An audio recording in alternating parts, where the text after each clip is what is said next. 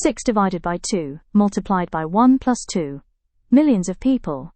2 answers. Only one is right. Here is the question everyone argues about. 6 divided by 2, multiplied by 1, plus 2. Some say 1. Some say 9. Both are confident. But they cannot both be right. Start with BODMAS. Brackets come first. 1 plus 2 equals 3. Now the question becomes, 6 divided by 2, multiplied by 3. Here is where it splits. 2 times 3. What does that mean? Some treat it as normal multiplication. Others treat it as one grouped term. This is the heart of the debate. Now apply BODMAS properly. 2 times 3 is multiplication. Multiplication and division are equal.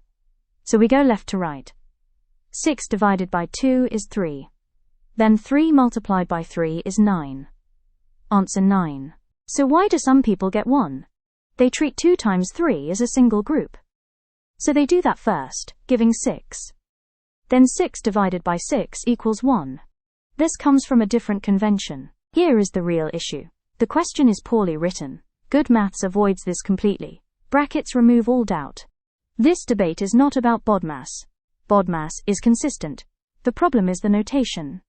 When the question is clear, the answer is clear. Here is the lesson for you. Always write clearly. Use brackets to show what you mean. If it is ambiguous, the question is the problem, not you. Let's confirm it.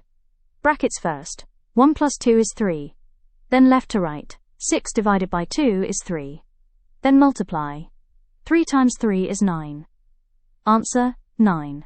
Simply said. BODMAS gives 9. The argument exists because the question is unclear. Clear maths, clear answers.